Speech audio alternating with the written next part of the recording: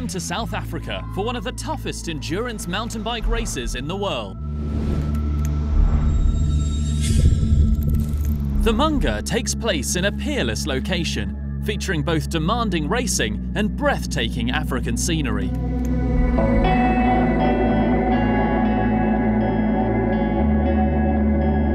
A 1,000-kilometre single-stage mountain bike race across the middle of South Africa in the heat of the summer is a unique endurance one-stage sport which pushes the riders to reach their limits. The Munga mountain bike race begins in the city of Bloemfontein in South Africa and ends at the Doolhof Wine Estate in Wellington, a small town in the Cape Winelands. The route is predominantly off-road. Munga's a single-stage, non-stop mountain bike race, about 1,070 odd kilometers, and it goes through a remote part of South Africa. And the format's a little unusual. It's non-stop, but we've set up 5 race villages where riders can eat, sleep if they want, shower. But all they have to do is sign in and sign out, so they don't have to stay there, so the clock keeps running. And then between that are 10 water points where they can get some snacks, some water obviously. But once the clock starts, it's up to the rider how they want to pace themselves, but the cutoff is 120 hours. They have to be at the finish line within 5 days or they get no medal.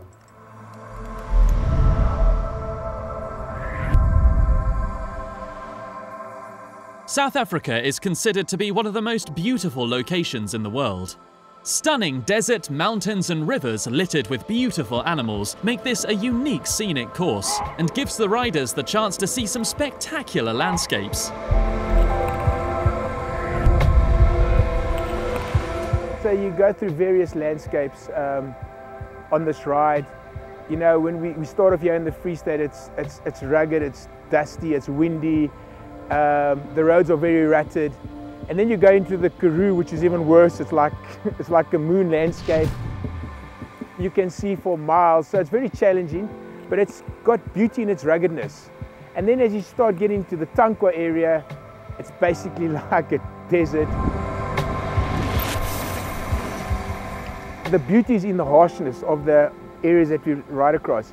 And then you start getting into Cape Town and you get into Ceres and the orchids and the wine farms, and it's like utopia. You go from this harsh, rugged Free State, Karoo, Tankwa landscape to the Cape, and that's like, you know, you're coming home. It's almost like a little Garden of Eden.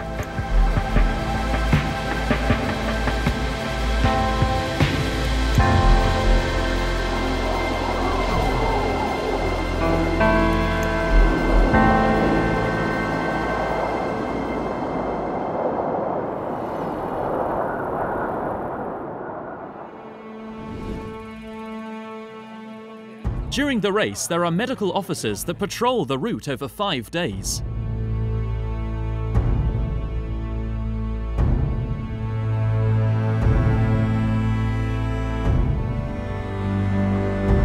Race villages are equipped with rooms for the riders to get some rest, food, and mechanical stations, with water points available every 50 to 60 kilometers.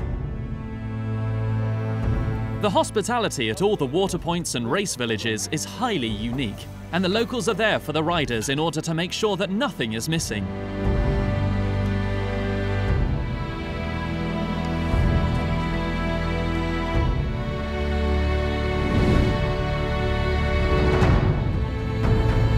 In this race, there are 3 different categories: men's, women's, and the development riders.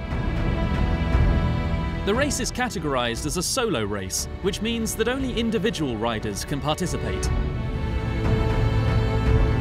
The development category might be the most interesting of the categories, as it gives the opportunity for the young South Africans to win the trophy of 43,000 rand.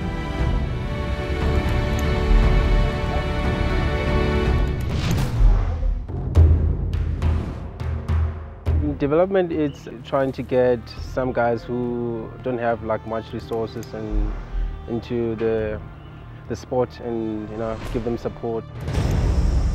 It's quite a tough race.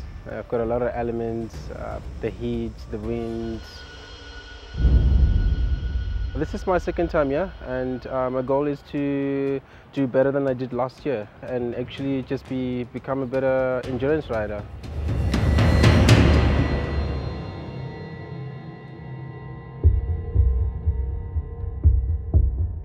Let's now have a look at what an average rider carries during this demanding race. Okay, so basically compulsory equipment is basically bike lights, a GPS, the tracker and a space blanket. But in everything else that you want, you have to carry with you. You basically just get food. So I carry one spare set of chamois with me. Obviously bum lube, very important. A few plasters, a little bit of medical stuff, spare batteries. But try to carry just as little as possible. This is my little green monster. Doesn't really have a name, but yeah, when I'm out there all alone, he keeps me company, something to look at and talk to if I really want to when I'm the dark hours of the early mornings.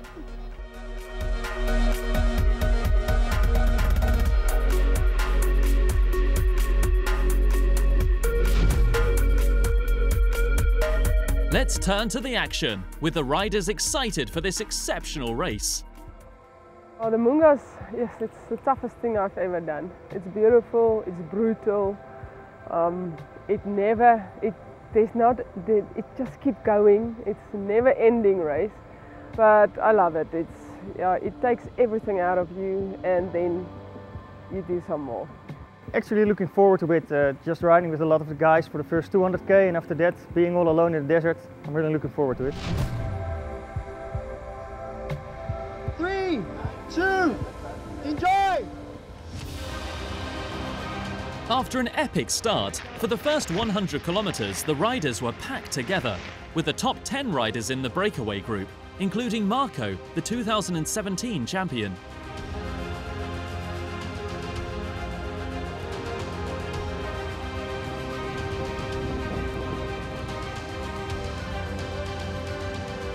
In the men's race, after the first 300 kilometers, it was clear who was going to claim the title. With a consistent performance throughout the race, the Dutchman Ramses Bekkenk was the first to the finish line, breaking last year's world record with a time of 50 hours and 30 minutes.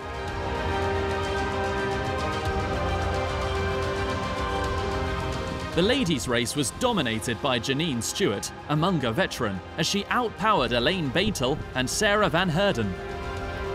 Despite almost throwing in the towel a mere 200 kilometers into the race after sustaining injuries during a fall, she decided to continue to see how she felt, and only stopped again at the finish. Since the race's inception, it has catered for development riders in equal measure, allowing previously disadvantaged athletes an opportunity to make a change to their lives.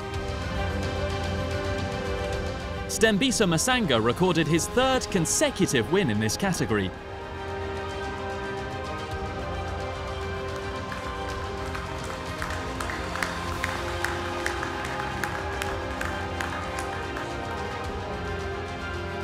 First place is pretty special for me. It was really a goal I had on my list for a long time, and I guess I still see the Munga as one of the toughest races in the world.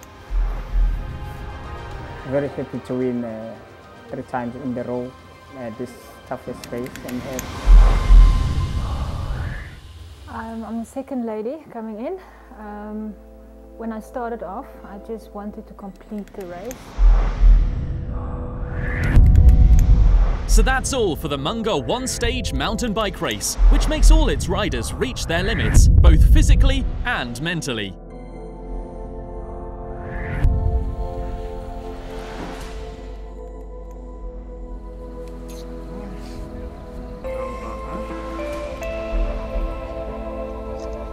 See you next year.